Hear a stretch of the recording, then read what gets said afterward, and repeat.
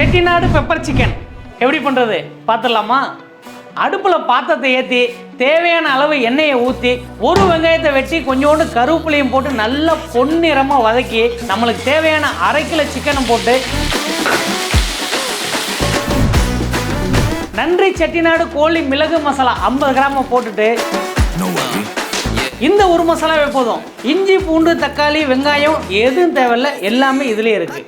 நல்லா ஃப்ரை பண்ணிவிட்டு தேவையான அளவு தண்ணியை ஊற்றி சமைச்சு எடுத்தோம்னா அடாடாடா சொல்ல வார்த்தையே இல்லை, அவ்வளோ ருசியாக இருக்கும்.